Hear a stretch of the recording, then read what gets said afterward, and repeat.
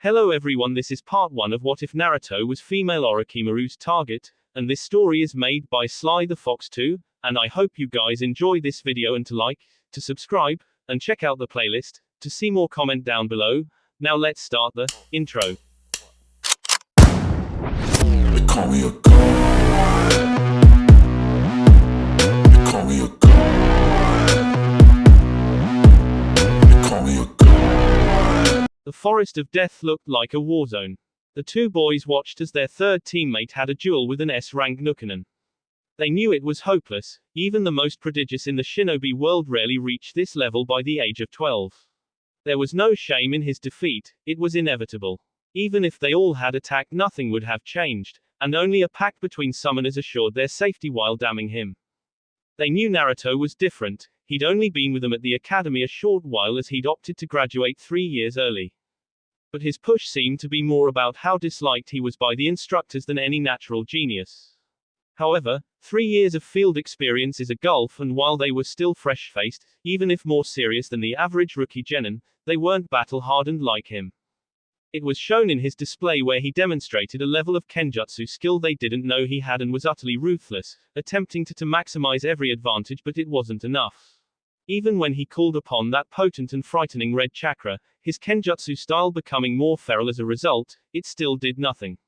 He couldn't touch her and she toyed with him until she'd gotten her satisfaction. But she was also, weirdly, complimentary and encouraging. 2 strikes, one to the stomach and another to the face, hard enough to instantly concuss him while also making him drop his sword, ended the ominous chakra cloak. She picked up his sword and approached him, grabbing the redhead by his neck. She whispered something in his ear and promptly stabbed him with his sword, channeling Raiten chakra once she impaled him, causing the boy to scream. Their strongest member was done. They were surrounded by enemies and standing in front of Konoha's greatest traitor. Bleak was the only way to describe their situation. Nara-kun, Aburame-kun, come here please. It sounded like a request, but it was clearly an order and both boys obeyed. She handed him a scroll to their confusion. I know you'll report this to my former sensei when you make it to the tower, but if anyone other than Naruto should receive this scroll, I'd have to kill both your clans in their entirety. Do we have an understanding? Both boys nodded while Shikamaru accepted the scroll. She departed soon after and the boys collected Naruto and his sword, Shino opting to carry him on his back after they patched up his wound. They made haste to the tower and luckily ran into only light opposition, nothing the two couldn't handle. They arrived to the tower, greeted by their sensei, whom wasted no time getting Naruto to the medical center while having them debrief in front of the Hokage. He made his way up to the familiar gate guards. A team of 4 was now only 1, but he changed. His eyes were harder and he was sporting a scar above and below his left eye. He was not happy to know Raiten chakra delayed his healing ability, but was assured the scar would be temporary, fading in months. He checked in as was protocol and made his way to the Hokage tower to give his mission debrief. Given this was supposed to be a simple courier mission, lasting no more than a week and it lasted a month and a half, it was of the utmost importance to know why, so the Hokage spoke to him immediately. Naruto gave the mission details, only the facts, and then presented the Hokage with 4 scrolls, 3 containing the bodies of his fallen comrades and the 4th the final words of the Chunin in charge. The old man quickly read over the final words of Chunin Yagami, taking a deep pull from his pipe. Naruto, do you know what is contained in this scroll? No, Hokage-sama. Chunin Yagami stated you deserved a field promotion for what you did on the island of Ishval. He said you were directly responsible for defeating Kushimaru Kuriarare and Reiga Kurosuke. He said you even dealt with his initial bias professionally and have shown the qualities a shinobi needs to become a Chunin. How do you feel about that? I am honored by his words. As you should be, but unfortunately, I cannot promote you at this time. Of course he wasn't going to be promoted. People who'd graduated after him, done less than him and were less skilled were promoted, but not him. Any questions, Naruto? No. I know you're disappointed, but it just isn't time to promote you. I had plans for you, Naruto, and you graduating early threw them off, but I will not abandon them. I want you to get closer to what should have been your graduating class, it is for the best. Do you trust me? No. Maybe I deserve that, but if you become connected with this upcoming generation of clan heirs, it'll go a long way in providing you political protection from those who'd want to see you hampered. Hampered like not being promoted when it is deserved. Like not being treated as a shinobi at all. There are those who would seek to weaponize you, and I don't want to see that. Then kill them. You're the Hokage, you employ an army of assassins. If someone is a risk to your rule, why not remove them? A lot of reasons, Naruto, the largest one being that's the path toward tyranny. It'd make Konoha be something it was never meant to be. But sometimes to uphold that ideal, I have to accept less than ideal outcomes for those that don't deserve it. As long as you can accept it, Hokage-sama. That's not what I meant, Naruto. Just understand, I'm not holding you back out of malice. If that's all, Hokage-sama. Dismissed. When Naruto regained consciousness, he relayed all relevant information to the old man, including that his chakra felt chaotic. Fortunately, the application of a seal over his existing one was discovered and remedied. This allowed Naruto's wound to heal faster, and he was near 100% at the end of Exam 2 and the start of the unexpected preliminary matches. All three of the Soul Sooner team passed. The fan user beat the weapons user from Team Guy. The puppet user bet some older Konoha genin that could dislodge his joints. The sand user defeated Kiba when the Inuzuka had enough sense to forfeit and likely saved himself from being killed. Sasuke Uchiha defeated another older genin, one that could absorb chakra through touch. It was a fast match. Sakura Haruno and Ino Yamanaka had a match. It was long and seemed to offer some moments of self-realization for both girls, so that was cool. Neji Hyuga defeated his cousin, but it was harder than he'd suspected, and the boy seemed irate he didn't get to do more damage to his cousin. Choji lost to the sound genin Naruto prevented from attacking Kabuto. His two teammates defeated the others. Shikamaru knocked the girl out while Shino crippled the other boy. It was time for the last match, him versus Rock Lee. He'd heard about Rock Lee, unable to use Nin and Genjutsu but still passed, and given a team, at the behest of his Junin sensei. It was difficult for Naruto not to resent the boy. Only by creating his clone technique did he manage to pass the ninjutsu portion of the graduation exam. No one was there to advocate on his behalf because he had too much chakra, but someone who couldn't mold theirs properly got the personal approval of one of Konoha's premier Junin. It's one thing for life to be unfair, it's another for it to be a complete asshole about making it clear. Naruto normally didn't dwell on who got things he didn't. It was a waste of time, and with no ability to change it, it felt self-defeating and pointless. He wouldn't ignore the unfairness, but harping on it just wasn't useful. However, since his humiliate defeat, he's been in a sour mood. He knew he couldn't win, she was better than him in every way, and yet it still felt like his pride had been shattered. He didn't understand why, it didn't make sense. But it did piss him the hell off. A fight is ready, the sickly proctor asked. Both boys give an affirmative response before settling into their fight stances. Lee in his Guken stance, Naruto with his right hand on the hilt of his sword. Hajime, he said, and both boys sped toward each other. Naruto got the better of the exchange, rotating around Lee's punch and hitting him, with his blunted sword thanks to seals, in the neck with enough force to send him into the wall. Had the sword not been dulled, Lee would be dead. Naruto stopped, fighting his instinct to press the advantage. This is a Konoha nin and he was hit pretty hard, so Naruto would allow him to give up as he may be injured or knocked out. To his mild shock and sincere annoyance, the green-clad boy got up and resumed his stance. Naruto sped toward him again, this time hitting him in the left shoulder with an overhead strike and kicking Lee in the stomach, sending him back into the wall. It was weird, while not his fastest, he could see that Lee could track him but couldn't move fast enough to counter. Take him off, Lee, Guy shouted, and the boy asked if his sensei was sure. The man gave him a thumbs up and Lee speed up to the balcony where the genin were observing. Naruto quickly put it together, the boy had been wearing weights and saw reason to change it. Before Lee could remove his weights, he was hit with another sword strike, hard enough to potentially break a few ribs, and was sent careening to the floor. Sorry, Rock-kun, but if you're willing disadvantaged yourself, I can't allow that to change. Guy's protege was on the ground, holding his ribs. The 3 attacks he's absorbed having taken a toll, but he refuses to back down. I won't let this end here. I will show. I hate to interrupt you, Rock-kun, but the only reason you aren't dead is because I haven't wanted to kill a fellow Konoha shinobi.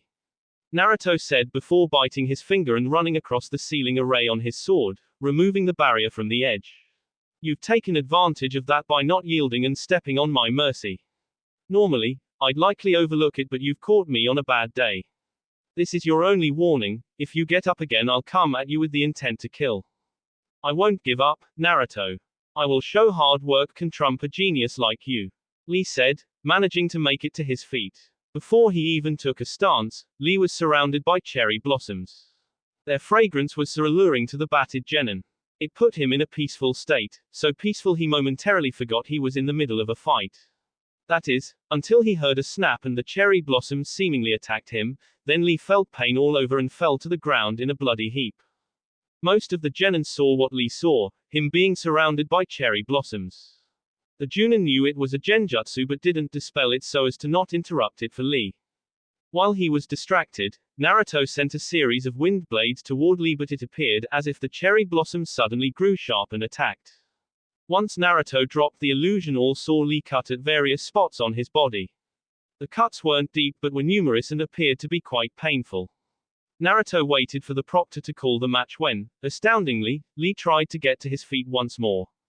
Even in mind-numbing pain, the boy wouldn't give up. Many would find it admirable, more so foolish. Naruto found it offensive. Why? The redhead questioned. Because, I want to prove I can become a splendid shinobi with nothing but taijutsu. Lee said, finally standing again. Naruto didn't know why, but this angered him. This wasn't his only chance at the Chunin exams, and even if the boy couldn't use chakra techniques, he could pick up a weapon. But more than that, he was being an asshole. Even if he won, what would it prove? That Naruto was an idiot for being merciful. Because until recently, almost no one gave a shit if Naruto became a splendid ninja. This toolbox had the nerve to call him a genius. What does he know about burnt-out tenketsu from performing an original jutsu? The research, the notes and diagrams. When something doesn't work, going back to the start, going back to chakra theory or what hand signs do. Figuring out the elemental manipulation exercises by himself. Doing all of that and self-training his physical skills. The torn muscles in his legs trying to perfect the basics of his kenjutsu style. The cracked knuckles from improper punching technique. To be diminished as a genius, to be set up as this asshole's foil when all he'd known is hard work. It was infuriating. You know, they say a shinobi is judged not by how they lived but how they die. I'll make sure you'll be remembered as a splendid shinobi, Rock-kun.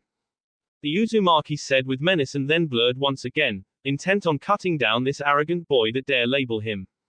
However, his attack never reached Lee as Naruto was met with a powerful force and sent into a wall himself by Lee's sensei, Guy. Naruto's back hit the wall with a thud and he was seeing double, however he was coherent enough to make out Guy standing over his fallen student. This only enraged Naruto further as in the moment, he truly believed Guy wouldn't have attacked any other genin in attendance. But he openly attacked the sacrifice, likely not fearing any repercussions. But that's where he was wrong. Getting up, shakily to his feet, Naruto started to perform a sequence of hand signs. Going a little slower due to the effects of his Guy's attack and his impact on the wall.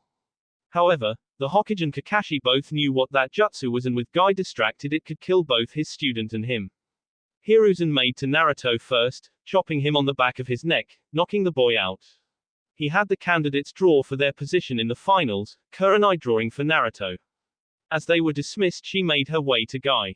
If you ever attack my student again, I will kill you, Guy. There's no need for that, Kurenai-san. I had to protect my student. Then you should have ordered him to concede the match, but you encouraged him to continue on. What? Naruto was supposed to continually hold back for his and your ego.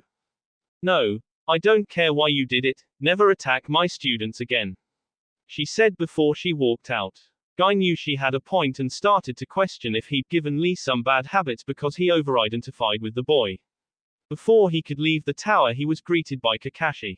He knew his longtime rival was angry by the subtle cues in his body language, ones most would miss, but the two had been friends long enough that it was obvious to the taijutsu master. Kakashi, before you say anything. Guy. What needs to be said? You couldn't abandon your student to his fate. You had to intervene lest Lee be killed. Yes, but I went overboard. I'll apologize to Naruto-san promptly. You can, but the damage has been done. He likely believes you wouldn't have done that to anyone else. You want to guess why? The green-clad man looked stricken. I hold him no ill will, Kakashi. You know that. Of course, I do. I know you. He doesn't. He just knows you attacked him in front of the Hokage and a team of foreign ninja with impunity. Naruto woke with a start and quickly realized he was in the Hokage's office. He surmised that either the old man knocked him out or one of his many lapdogs did. A tantrum wouldn't do him any good, but he, to his mind, had every right to try to kill that helmet-haired bastard. It was an unprovoked attack in the middle of official Konoha proceedings. The aged Hokage saw his guest had finally returned to the waking world and called him over. There was much they needed to talk about. Naruto, how are you feeling? Like I got blindsided by a Junin.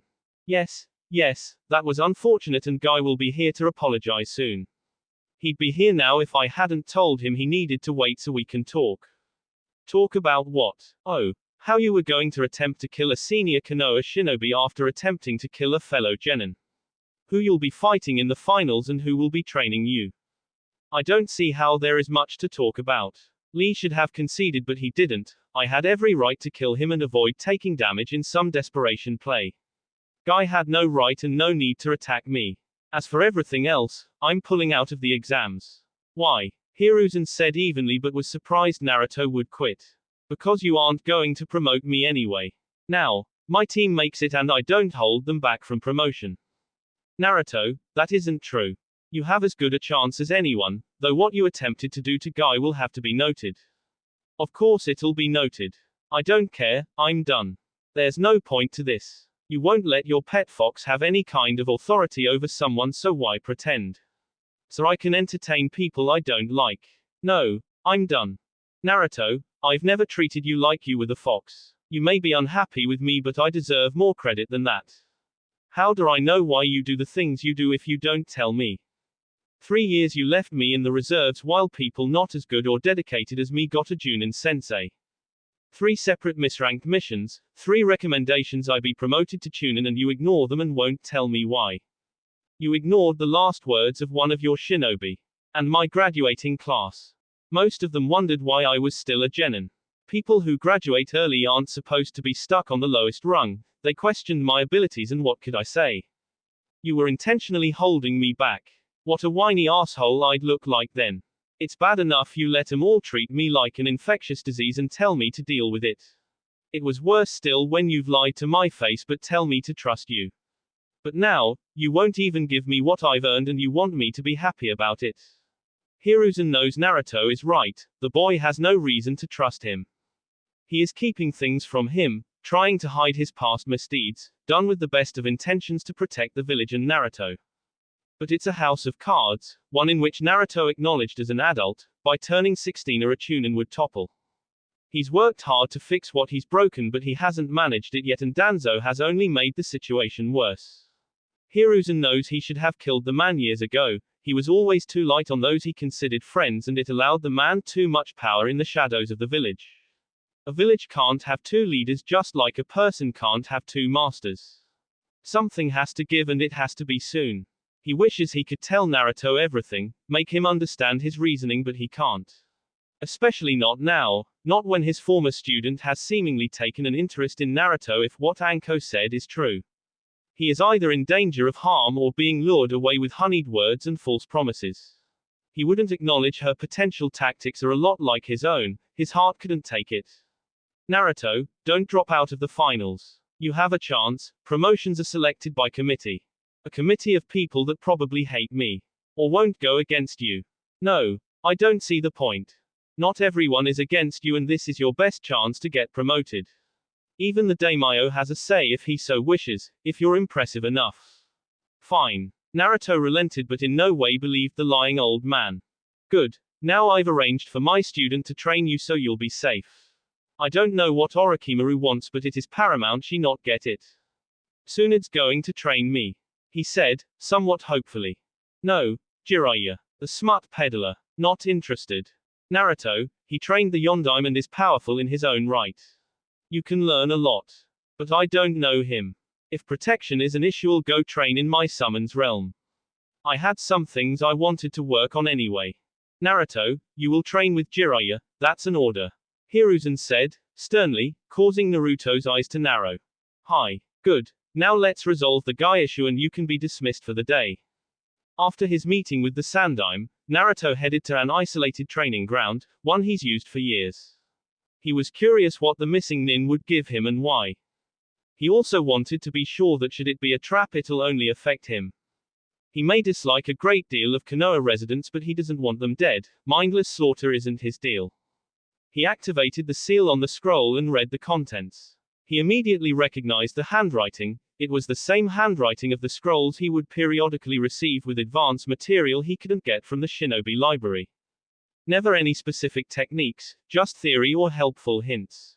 He always assumed the scrolls came from a Konoha shinobi that couldn't reveal themselves, but if it came from Orochimaru, what does that mean? The scrolls, outside of the guidance of the Panthers, were the greatest sources of help in his development as a ninjutsu inventor. He couldn't understand why she'd help him. This felt like the old man. A game was being played but he didn't understand the rules or how he fit in. He was just at the whimsy of others and he hated that feeling but didn't know how to break free of it. He decided to just look at the material. True, he needed a plan but it wasn't going to come to him now, so he'd focus on something he could do. The scroll listed a technique, the impure world reincarnation, which was created by the Nadaim. It can bring souls back from the dead but requires a live sacrifice and genetic material from the one you wish to bring back. Enclosed in the bottom on the scroll was another sealing array, one for storage. He unsealed the contents to find 2 vials of blood. This was beyond creepy. The vials themselves contained a note and he could only dread what the lunatic snake summoner had written. Those with power create boundaries to hoard and safeguard their power. Those without power stay within the boundaries to stay in favor of the powerful.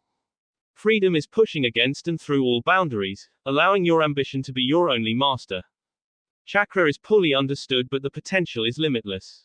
However, our understanding is hampered by what many would call profane or forbidden. Most shinobi are content to live in ignorance, to have a child's understanding of the very force they depend on. But I saw something different in you, a desire to understand like I have. That is why I've helped you and you've yet to disappoint. I chose to ignore decency and ethics in my desire to understand this energy and our world. I walked in the darkness without a single regret. But I want to see how far you can go while in the light.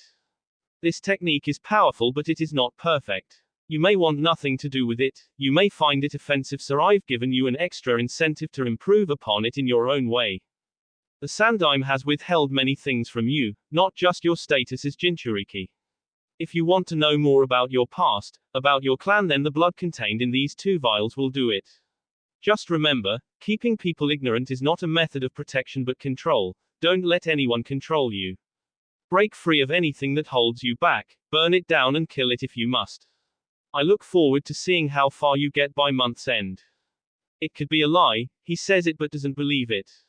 He needs to know what these people know but he can't sacrifice people, not even to know more about his origins, but she was confident he wouldn't have to. He needed to focus on this, but with Jiraiya training him it is going to be difficult. The sensei of the Yondaime must be a real taskmaster. No, he wasn't. He was a lazy ass that put forth minimal effort and was constantly distracted with any halfway attractive woman around. Naruto would be annoyed, especially since this man was clearly here to be his watcher more than his trainer, but his negligence was beneficial so Naruto wouldn't complain. Though, he'd rather train with Kurenai-sensei since she actually gives a damn and has been helpful coming up with intensive chakra control exercises for him. She, however, was called away on a special detail which Naruto found a little convenient. So, he was stuck with this idiot as a trainer. What were they working on? Initially it was going to be summoning until Naruto informed him he already had a contract. But he was insistent Naruto sign the Toad contract too, so the Elder Toads and Bagheera, the boss of the Panthers and Naruto's personal summons, were hashing it out, so nothing more to do there. Drawing on the Biju chakra. He can already do that, and how can a non-Jinchuriki that has never trained one help him?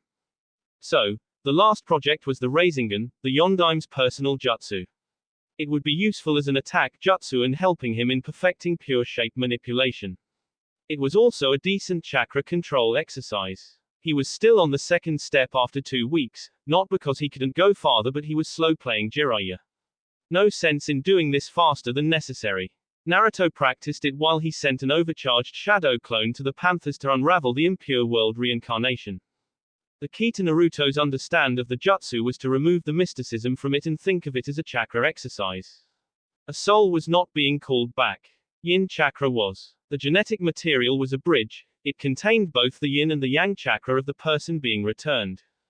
The sacrificial body was for the additional yang chakra. The seals not only called back the yin but helped convert the sacrifice's yang into a compatible half of the returned person's yin, making it reminiscent of the true chakra imprint.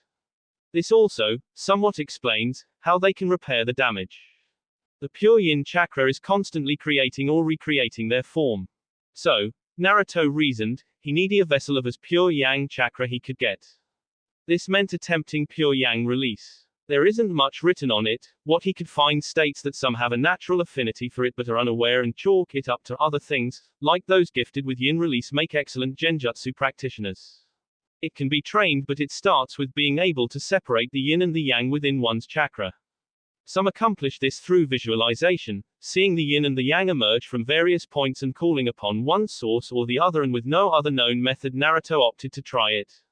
Success has been varied. He knew without Kurenai-sensei's previous help he'd have no hope of accomplishing this, but now that his chakra control was better, his flow almost calm, he could focus it enough on separating the most basic elements from each other.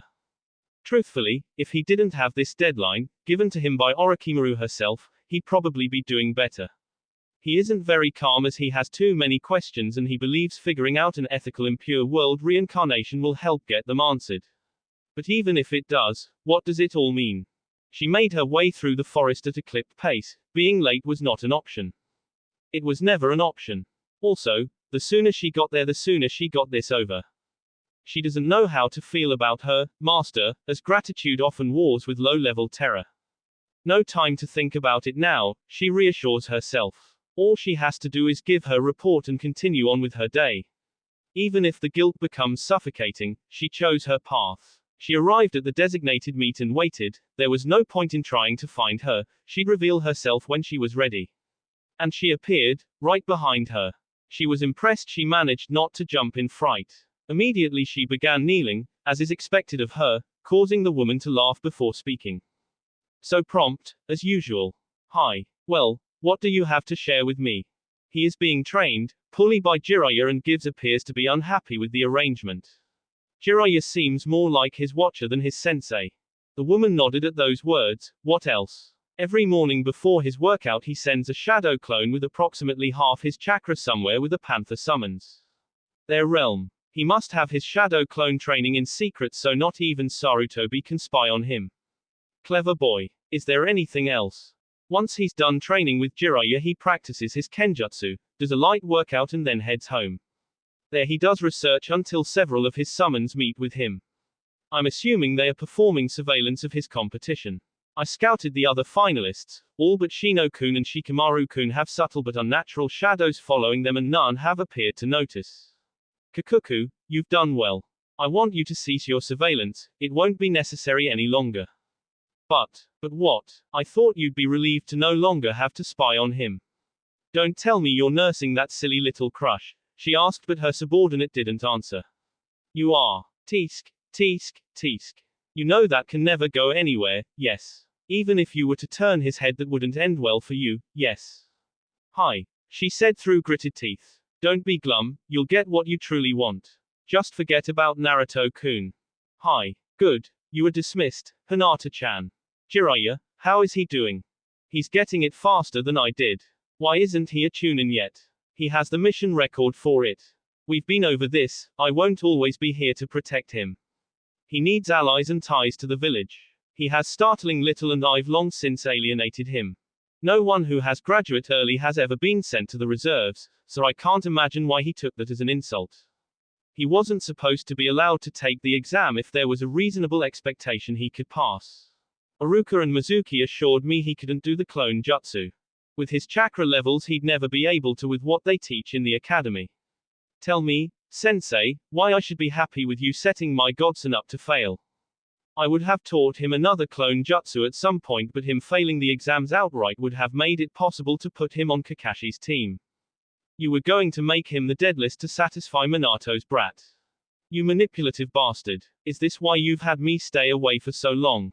So, I couldn't see the strings you were pulling. Enough, Jiraiya. You were needed out there. As of now, Naruto has very few connections to the village. He seems to like his teammates and his sensei, but they've only been together for 6 months. That's hardly enough time to sway him should he decide to leave. He wouldn't leave, he's no traitor. I hope you're right, Jiraiya.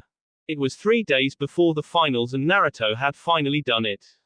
It'd take some time to perfect it, even more time to develop his yin release, but as of right now, he could perform purely yang jutsu and it was time to attempt the impure world reincarnation. He got time off from Jiraiya once he demonstrated you could perform a completed Rasengan, which he has to admit is a damn fine jutsu. He was in an isolated clearing in the Panther realm and had a barrier erected just in case things went poorly. He had contract seals at the ready but didn't want to put the control seals mentioned in the scroll. He took some deep breaths, calming his nerves. Yang release, Shadow Clone Jutsu, Naruto said, then started the ritual for the impure world reincarnation. Once he was sure he had it complete, he performed the hand signs and whispered, summoning, impure world reincarnation. Naruto didn't have to wait long for the jutsu to take effect as each of his yang clones were encased in an ethereal glow. Soon, both started to change their shape, taking on the forms of those called back. Naruto was shocked to see 2 women with hair similar to his, though neither had his blue eyes. Both women looked confused as if a haze had yet to be lifted. They noticed each other first, both shocked. Mito-sama, Kushina-chan. Both questioned before they looked at the boy before them. Mito was silent and confused. She had no clue who this whiskered-cheeked boy could be, but in her peripheral vision she could see Kushina trembling, as if trying to not cry. Sochi. Is that you, Naruto? Where are we? This doesn't look like Konoha. I'm Naruto and this is the realm of the Panthers, my summons. But what do you mean, Sochi? Naruto wasn't dumb, but after being denied information about his parents his entire life, the idea that he just brought his mother back was unbelievable, though the woman hugging him fiercely was quickly putting his disbelief to rest. It was sad, but Naruto couldn't ever remember being hugged before. The feeling was indescribable. I'm your mother, Naruto. Didn't Hiruzen tell you about Minato and I? How has your life been? She blurted out, finally releasing him. The old man said he didn't know who my parents were. My life, I was a pariah growing up, not even my academy instructors liked me, so I graduated early, at the age of 9. The old man didn't put me on a genin squad for 3 years. Naruto explained before something clicked. Wait, Minato. You don't mean? Yes, Sochi, the Yondaime was your father. I hope you don't hate us for what we did. I argued against it, but Minato was convinced you'd need the Kyuubi to defeat the man that attacked us the night you were born. I don't hate you. I guess I just wish things had been different. Almost everyone treated me like I didn't exist. Naruto-kun. Mito spoke. She hated to interrupt this moment between mother and son, especially since Kushina must have died almost immediately after giving birth, given how weak a Jinchuriki's seal becomes during childbirth, but she needed to know how he brought them back. She was familiar with Tobirama's abomination and lonely childhood or not, she couldn't accepted someone being sacrificed to return them. Hi. Did you perform the Edo Tensei? Hi. Sochi, no. You can't just sacrifice people. I didn't. I used a shadow clone made with yang release, he quickly explained. Oh. That was very creative. My Sochi is a genius, Mito-sama. Actually, I'm not. I just work really hard at and don't give up. Nothing genius about that. I don't know about that, Naruto-kun. Tobirama never came up with this and he invented both jutsu. Seems obvious in retrospect, but the best insights do. Mito said. Ara, you knew the Nadaime? Yes, I did. He was my brother-in-law. I'm Mito Senju ne Uzumaki and your predecessor. How so? I was the first Jinchuriki of the Kyuubi, Kushina here was the second. Were you both hated, too? No, Sochi, no one knew we contained it. And I don't understand why Saru-chan would tell others. Mito said before a realization hit her. Naruto-kun, if you didn't know who either of us were, why did you summon us? Orochimaru gave me the jutsu to figure out and said if I did I'd have answers about my history. You're Orochimaru's student. See, you're a genius. She wouldn't bother with someone untalented. No, she's a missing nin and considered Konoha's greatest traitor for illegal experimentation on villages, he said, to receive a fist to his skull. Why would you trust the word of a missing nin? Because I was desperate. The old man keeps me in the dark about everything concerning my past, he's manipulating me and I don't know why. I need all the information I can get in case. In case what, Sochi? in case I need to abandon the village. He's already denied me a Chunin field promotion 3 times and never once explained why. I don't trust him and I don't like the villages, so I need to make arrangements. Is it really that bad? Kushina asked, shame filling her for what she allowed to happen to her son. The villagers deny my existence. They've never hit me or anything, but I know I'm not wanted and being stuck as a genin isn't raising my profile. I don't get it, why wouldn't Hiruzen want you to be a Chunin? Yes, you get more authority and can take on dangerous missions, but rookie Chunin are hardly exposed to top secret documents or state secrets. Kushina said. Mito sat quietly, piecing together everything she knew about Konoha law and what Naruto told her, and came to a conclusion. I think I may know why, but it doesn't make sense for it to be the reason, she started. And proceeded to explain her theory. Hiruzen never much cared for the daimyo's satellite residence, the place he stayed when visiting Konoha. It was too ornate for his tastes and gave the feeling of being both too open and claustrophobic. He was curious why the daimyo had summoned him. The two usually speak after the exams are finished. They had a good working relationship but weren't close. Not like Hiruzen was with the man's father or how he was close to Minato. He arrived in his sitting room and was surprised with Danzo was there as well. Hiruzen bowed to the daimyo and took his seat. Immediately he felt off as someone. Hiruzen reasoned one of the guardian ninja, activated a seal, and Hiruzen felt his chakra become suppressed and out of his control. He saw Danzo came to the same realization. This was a trap. They had both been restrained, and while strong, given their advanced age, they were weak without their chakra to buttress the ravages of time. Thank you both for arriving so promptly.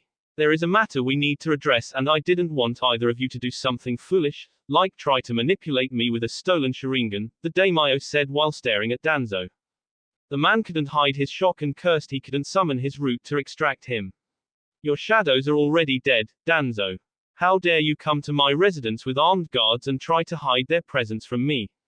Foolish old man. Hiruzen, you've allowed this relic to become arrogant, among other things. What do you mean, daimyo-sama? Oh. All will be explained, but first I need to tell you a story. A little over a year ago, Tsunade paid me a visit. She actually requested an off-the-books meeting as she needed what was discussed to remain a secret between her and I. I, of course, was surprised. Tsunade hadn't been involved in shinobi affairs in decades but never acted contrary to my interests, so it was neither here nor there. When she arrived, she relayed to me a story of her own. How she'd met a young Uzumaki boy. Said he was dragged to her by a large, talking panther that requested her help. She was able to save him but not his Chunin leader. She spoke to the boy, asking subtle questions, and, coupled with what the Chunin said before he succumbed to his injuries, she concluded the boy knew nothing of his clan or parentage. Apparently, he was a pariah due to his status as a Jinchuriki, and his ostracization was near universal. She said he claimed he had existed on his orphan's stipend until he graduated. Now, that confused me.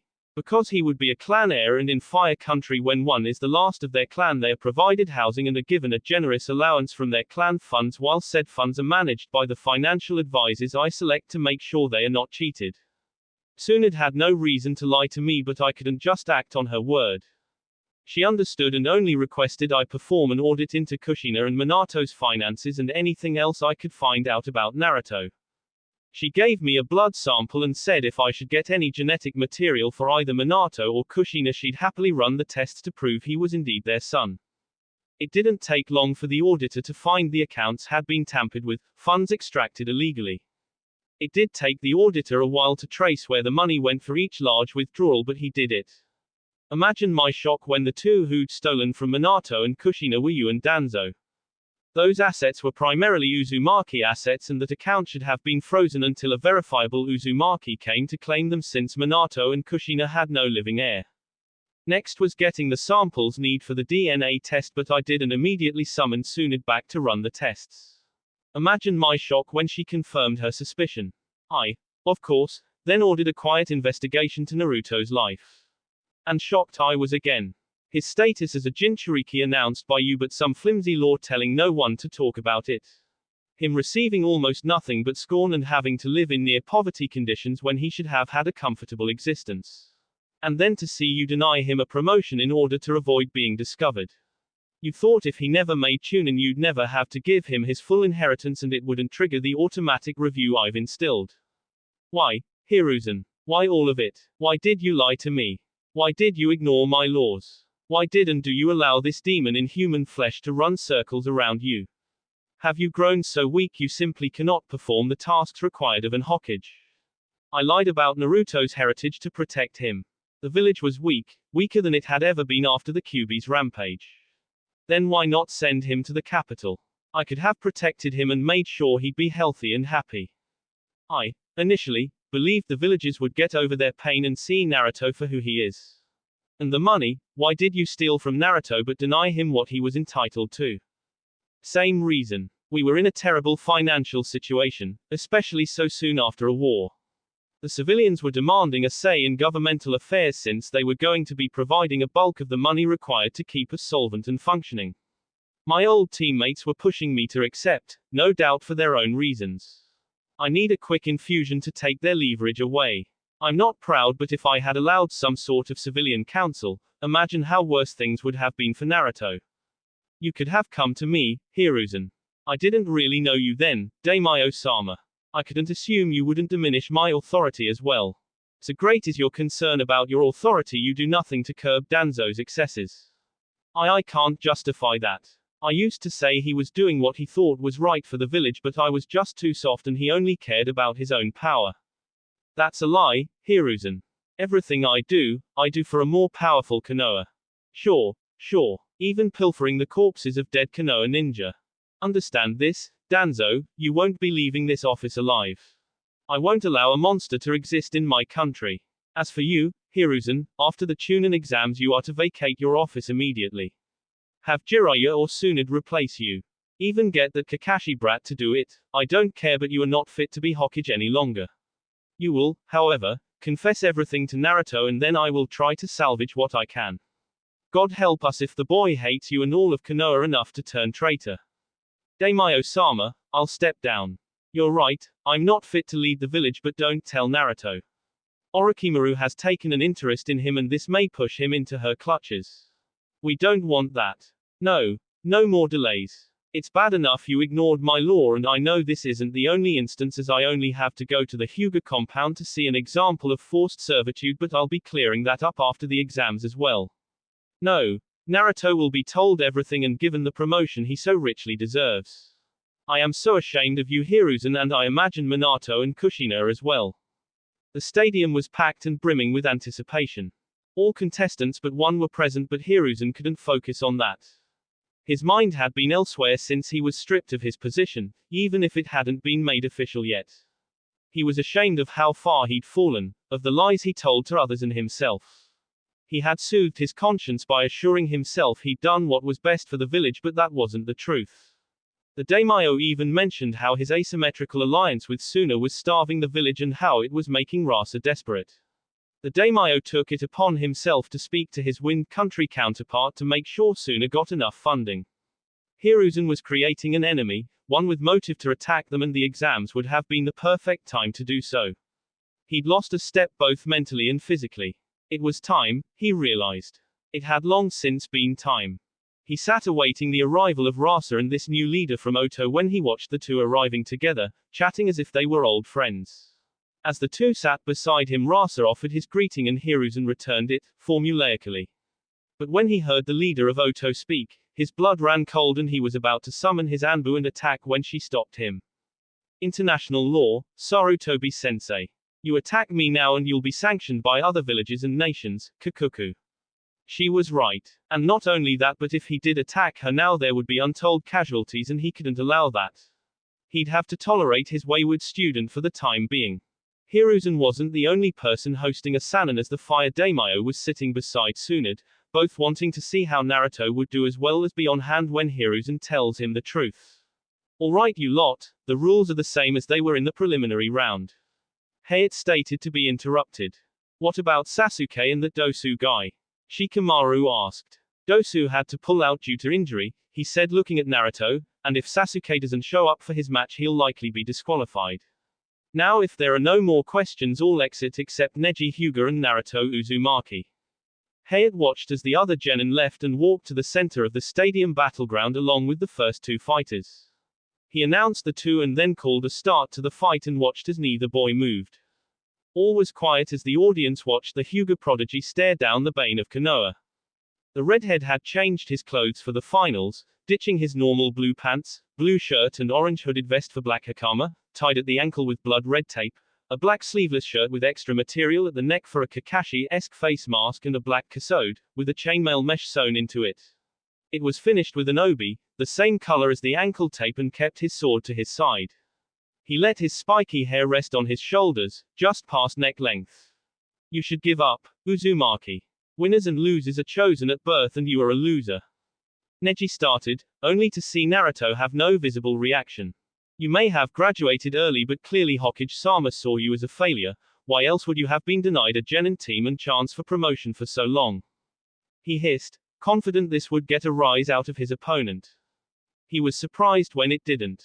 He decided if he couldn't get a rise out of the boy, he'd initiate the attack and finish things quickly. He pushed off the ground and aimed a palm thrust at Naruto's chest, hitting the redhead flushly. Neji smirked until he saw the Naruto he hit flare briefly and then puff into smoke. He was confused why Naruto would send a clone to fight and then have said clone unable to do anything.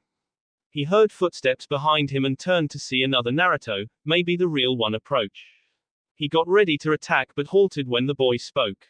Neji, look at the hand that struck my clone, he said, and Neji did just that, only to see a sealing array on his hand, going up his forearm. That's a localized explosive array. It'll take your arm off at the elbow and likely end your career. Concede now and I'll remove the array, don't and you lose an arm. Neji was stuck, unfamiliar with indecision. He'd never heard of a clone that could impart a seal on someone when struck, but then again, he wasn't aware of corporeal clones that dissolved into smoke either. His opponent put him in a bad position. He could try to strike Naruto, but he was too far away for him to reach the redhead before he could activate the seal.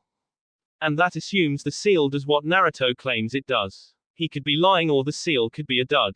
If that's the case, he'd have given up due to an empty threat and his pride couldn't allow that.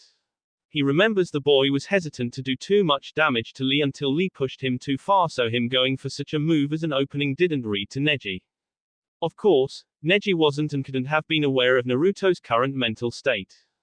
He'd felt his heart fill with the time he spent with his mom and Mito, who he called Bar-chan much to the lady's delight. But there was a burning angry as well. The Sandaime had denied him much, for what reason Naruto didn't know, and wouldn't ascribe a motive to the man because it didn't matter. Outside of his team and those he'd worked with in the past, he didn't care about Konoha Ninja. He wasn't one of them and they truly were them, now. He saw them as weak-minded traitors and cowards, unworthy of his parents' sacrifice and his father's trust. No, he didn't blame Minato for his childhood, he blamed Konoha for not trusting their alleged hero even when all evidence stated they should. In the preliminaries, the Fuin Bunshin would have been preloaded with a paralysis tag because he didn't want to hurt a comrade. Now, Neji isn't a comrade, just a potential enemy. Neji decided to call Naruto's bluff and charged toward the boy. He didn't have to wait long to realize his mistake. A quick flare of chakra is all it took and suddenly the arena was filled with the screams of Neji as he clutched what was once his arm. It was lucky for him that the position of his arm didn't allow bone fragments to fly into his eyes, but he did have some burns and cuts along his side and leg. Hayate quickly called an end to the match and called forth the Mednon. Naruto silently retreated to the contestant area. Both Shikamaru and Shino gave him a nod of acknowledgement and he formed a small smile. That was quite vicious. Hiruzen Dono, what jutsu was that? Rasa stated. Kakuku, vicious indeed. It appears Konoha can still turn out real shinobi every now and again. Hiruzen ignored his student as he began to answer Rasa, indeed, but Naruto gave him a chance to concede. A shinobi shouldn't make empty threats and Neji had no reason to call his bluff if he couldn't recognize the array. Also, I believe Naruto-kun calls that a Fuin Bunshin. He was inspired by the Yondaime's ability to apply seals with just a touch but has taken it to new level. Such advanced seal materialization, he certainly has my vote for Chunin, Orochimaru said. I must agree, while short he did enough and revealed very little of his abilities. Rasa added. Hiruzen simply nodded. The Junin sensei were quiet at the end of the match. Truthfully, none knew what to expect out of the match. Neji was hailed as a genius, whereas rumors circulated that Naruto had killed 2 rank shinobi in a single mission. However, he kept most of his skills hidden, though demonstrated an impressive amount of kenjutsu skill against Guy's clone. That was most unyouthful, Lee exclaimed. Seeing his rival defeated and maimed by the same boy that so easily defeated him was hard to accept. Guy-sensei, we have to get to Neji, Tenten said, but saw her sensei shake his head. We'd only be in the way. Neji is going to need a lot of help and the Mednans need to be focused. As far as it being unyouthful, he was given a chance to submit, just like you were. It is, at times, laudable to not give in, but as a Chunin you need to know when to back down for the sake of the mission and your comrades. I don't fault Naruto. He told Neji exactly what would happen if he attacked again. You're okay with what he did? That was a comrade he crippled, Tenten yelled. Yes, it was, and it was a comrade he tried to spare. Tenten, what would you have him do? Hold back and allow Neji to continue attacking. Seeing the girl refuse the answer, he continued. Neji put his health on the line in the belief Naruto wouldn't hurt him. Like you, Lee, he was going to take advantage of his mercy. The difference is, this time Naruto didn't give more than one chance. As such, Neji's injury is my fault. I've instructed you poorly if none of you know how to stand down when you're outmatched. Guy finished, sounding more subdued than he ever has. Asuma and Kurenai could see he meant every word, and while Kurenai still had some negative feelings toward the senior Junin, she wouldn't wish the belief you failed your students on anyone. You think he did enough for a promotion? Asuma asked. I hope so. He's clearly ready. I've let him run some of our C ranks and he's done well. He's clearly paid attention to what other Chunin did when he was stuck in the reserves. Kurenai answered. Close by the Junin sensei sat Anko. She'd never really had an opinion on her fellow pariah, not until she had expressed an interest in him. She was one of the few that saw the footage of their kenjutsu battle before the cameras cut out. He wasn't on her level, nowhere near, but he was good, willing to change tactics on the fly to keep a superior opponent guessing. He also didn't hesitate to go for the kill. Normally, that kind of ruthlessness would be something Anko praised. But Orochimaru taints everything, and Anko couldn't help but be wary of the container. She didn't know why Orochimaru was interested, but it couldn't be for anything good, and given the boy's experience in the village, he had the signs of a flight risk, one that may run straight to the snake. His willingness to, potentially, end the career of a fellow Konoha ninja demonstrates how little connection he feels for the place. Orochimaru will exploit every weakness to get what she wants, and to Anko, Naruto looked like an easy get. Hayate was instructed to delay Sasuke's match and to move through the rest of the order. The next in line was Shikamaru and Temari. Shikamaru complained a lot about having to fight a girl, wondering if he should just forfeit. Shino and Naruto pushed him over the railing so he'd have to chance to do so. Much to his annoyance and their amusement. It was a good tactical matchup and he'd managed to ensnare Temari but forfeited as he was out of chakra, shocking everyone but his teammates, sensei and fellow clansmen. Shino fought Kankuro and it was a little faster paced than Shikamaru's fight but still relied on inventive tactics. The boys fought to a double knockout as Shino was poisoned and Kankuro was entering chakra exhaustion. Finally, it was time for Gaara to face Sasuke. The match was almost called as the Uchiha and Kakashi arrived at the last possible moment. It was a good fight, Naruto felt. Sasuke had some decent speed and made good use of it. Naruto thought the lightning jutsu was a mistake when he could have used a genjutsu, and that was proven correct when Gaara turned into a miniature sand thing and trounced the Uchiha, who used too much chakra on that move. Luckily he escaped without serious injury as the Kazekage got Gaara under control and it was time for the semi-final round, Naruto versus Temari. Temari was trying to quickly come up with a strategy. She'd used a lot of chakra in her first fight and hadn't had a chance to recover much.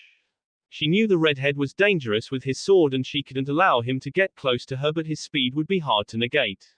She reasoned if she could unleash a wind jutsu fast enough she could create some space and control the match. He hadn't shown much in the way of ninjutsu and she didn't believe he could match her Fuyutin mastery. Naruto wasn't planning out a strategy, he already had one. Thanks to his summons spying on the competition, he was aware that Temari was overly reliant on her war fan. If he took that away she'd be in a poor position and possibly give up. He knew just the thing. About 6 months into his own research, Naruto started building his own jutsu theory. It was slow, it required a lot of reading, testing and revisement, but he felt he was truly onto something. While most ninjutsu seemed to be of the elemental variety, it didn't explain the ninpo. The jutsu that were predicated on a specific element. How did chakra become a poison gas, for instance? No one really knew. Naruto posited, what if ninpo are based on the elements but by combining, at least partially, the behaviors of one element with the property of another? Not all could be understood like this, and one would have to incorporate yin and yang as well, but he believed he was onto something. He hadn't managed to create many jutsu out of this insight, but it has affected his kenjutsu. Naruto learned early on he had a wind affinity, and wind is said to be the sharpest element, though lightning is great for piercing. Naruto wondered what would happen if one took the sharpening process from wind and incorporated lightning's high frequency. Sound. You got sound, and the better he got at grinding wind faster and faster, the closer he got to what became his supersonic blade. This type of chakra flow is the sharpest, not even a vacuum blade compares. This was the key to his plan. Temari was about to lose her main weapon. Hayate called a start to the match, and Naruto blurred in front of Temari, not giving her a second to react. She just had time to start to open her fan before she heard a faint ringing in her ears. Next thing she knew, her fan was in tatters and she had a sword to her throat. Yield. The shorter boy said, and she quickly complied.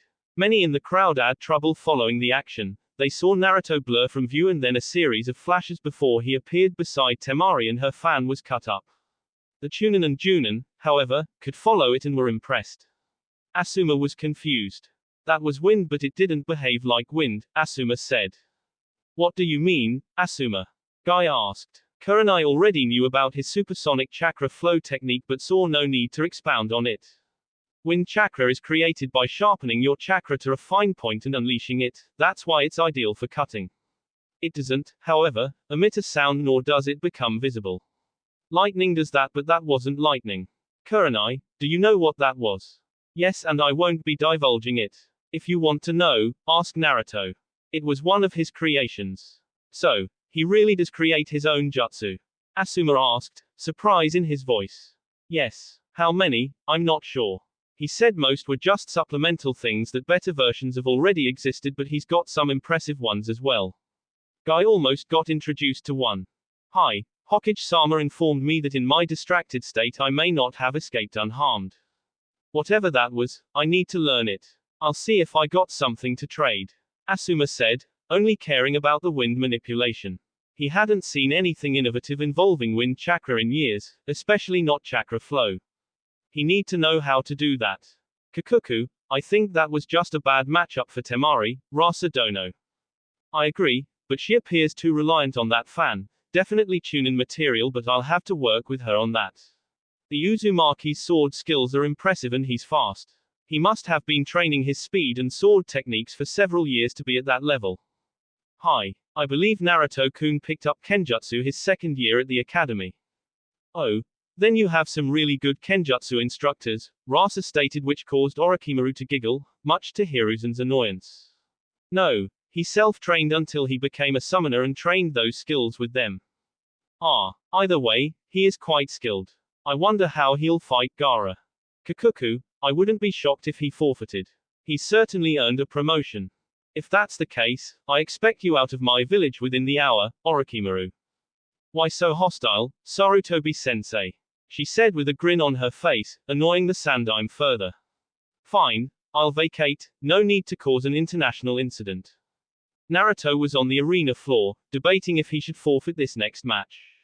He'd proven all he needs to, and if the old man doesn't promote him, no one can say it is due to a lack of skill or ability. That makes this match completely pointless. Another part of him wants to stay. He wants people to see him, the social pariah and outcast, run through the competition. To easily defeat the prodigy, the strongest kunoichi in the competition, and finally, Tsuna's mad Jinchuriki. He wasn't sure Gaara was one until his match with Sasuke, but he has a way to incapacitate the boy. It would put some emphasis on the day and let all know Naruto Uzumaki isn't the one to try. But that's ego, and a ninja doesn't need ego. Why reveal any more than he needs to? It was difficult, his pride was telling him to just win the damn thing outright. But he's accomplished his mission, and as a shinobi, that's a sign it's time to come home. I forfeit. I believe I've done enough to earn my promotion. I have nothing left to prove.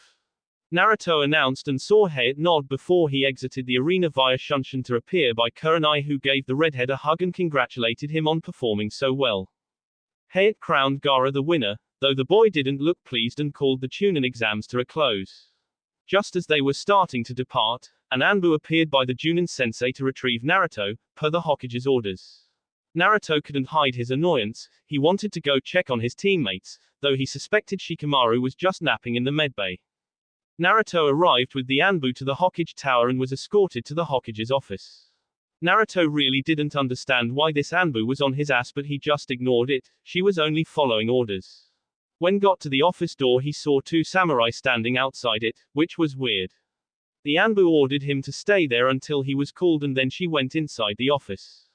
Those were some pretty sweet sword skills, kid. Never thought I'd see a Tenkan user, especially not a shinobi one. You know my style. Yes, it's an old style but most people can't learn it due to the damage done to the leg muscles. How long have you been practicing and how many steps from the shukuchi was that? I started learning when I was 7 from a scroll that was gifted to me. And I was 3 steps shy. While I can move faster, I can only go up to 2 steps for the shukuchi until my body matures. Naruto said while rubbing the back of his head. He wasn't used to being praised by strangers nor getting to talk kenjutsu, it was nice. Impressive, the same samurai said. Oh, and just a word of warning, the daimyo is in there, so mind your manners. Thanks. Being an orphan, that stuff doesn't come naturally, but I'll do my best, Samurai-san. It's Sujiro, kid, and this is Shishio. Naruto Uzumaki, nice to meet ya. Likewise, Shishio said. The trio continued to chat away until Naruto was summoned into the office. Upon entering, Naruto saw the old man, surrounded by his advisors. Jiraiya and Tsunade were both there, he shot her a quick smile, but sitting to the side of the office was, he assumed, the daimyo. He bowed, deeply to the man, and shot a quick one to the old man. He hated the weak, old bastard, but it did him no favors to act like a brat now. Hokage-sama, he said evenly. Naruto-kun, please sit down, we have a lot to discuss. First, I want to congratulate you on your promotion to Chunin. It's long overdue. Hiruzen said and saw Naruto's jaw tense for a split second. Thank you, Hokage-sama. No thanks, necessary. Next, Naruto, I have to tell you some things that will not be pleasant for either you nor I. I just want you to listen completely and then we can discuss where we go from here. He saw the redhead nod and continued. After the Kyuubi attack, the village was in a vulnerable position and the Hokage position was as well. We needed more funds to keep ourselves functioning, but the more wealth civilians wanted power in exchange. I could levy taxes, but they could also leave. I couldn't afford to call their bluff or wait them out, so in a moment of well-intentioned idiocy I pilfered from an account. An Uzumaki account, your inheritance. I won't lie, it was a large sum, though I managed to pay it back years later, with interest. I didn't watch the account as closely as I should have. Another person also took a generous sum from the accounts. He never repaid what he stole, likely banking on blackmailing me should I call him on it. Trying to fix what I did or allowed to happen has taken a long time, and truthfully, you have not been made whole. That is why I have delayed your promotion. When you become a Chunin, you are a true adult and in accordance with Daimyo-sama's laws, are granted full access to your clan funds and vaults. You reaching this rank also triggers an automatic audit from an accountant approved of my Daimyo-sama himself. He took a moment to collect himself and then continued. This law, designed to protect the last member of loyal Konoha clans, would have dictated you be provided a house and a plot of land with the option to expand your property up to 10 years after you made Chunin. The issue is, for me to have followed the law for you, it would have required my revealing who your parents are, as the funds to purchase the land comes from a tax paid by all shinobi clans. Even yours has paid into this account, even though there have only ever been 3 members residing here. Naruto, your parents are the Yondaime Hokage and Kushina Uzumaki. I know. How? That hardly seems relevant, Hokage-sama. Please continue. If any of your parents' enemies realized they had a child, one that was unprotected in a village trying to recover from a massive attack, you'd either be kidnapped or dead. That's not entirely true, Hiruzen. Tell him the whole truth. The daimyo ordered. I could have sent you to the capital. Minato and Daimyo-sama were close and the royal family has always had a good relationship with the Uzumaki, which is why much of their wealth wasn't lost during Azushio's downfall. I didn't send you away because I wanted you to grow to love Konoha and desire to protect it like your parents did. How could revealing my status be any safer than revealing my parentage? I believed the people would follow Minato's wish to see you are a hero. I underestimated the hurt they carried and how my law only allowed the ignorance to fester. Because I didn't address the issue diligently, it left an open space for their irrational fears to grow and grow and grow. With you advancing as fast as you did, many were concerned it was the fox, even my shinobi that should have known better. Who is the other person that stole from me and why did you let him? His name was Danzo Shimura. He was once a friend and a longtime rival of mine. He used to head a division of Anbu called Root. While militant and misguided, he truly loved Konoha and I used that as an excuse to ignore when he'd overreach. He was executed on Daimyo-sama's orders. When did this occur? 2 days ago. That long. You let him use my family's resources for God knows what and did nothing.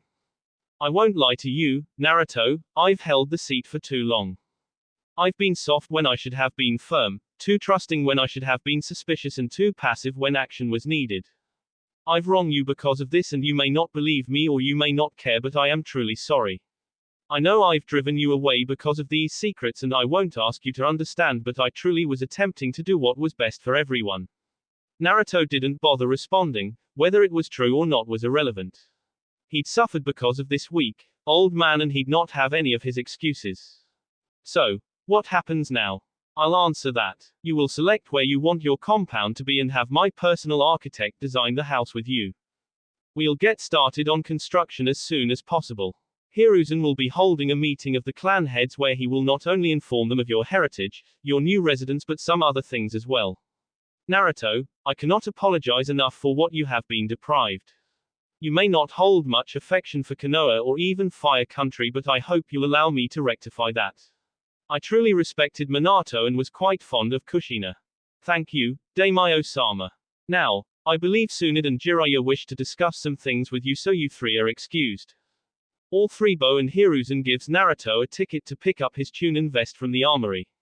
The two leaders spoke a while more until there was a knock at the door. Hiruzen, there is one final thing you're going to have to do and this is going to hurt more than anything else. The daimyo said before giving permission for the individual outside to enter. In walked Orochimaru that instantly put the Hokage on edge, ready for an attack. Calm down, Hiruzen. She is here at my invitation.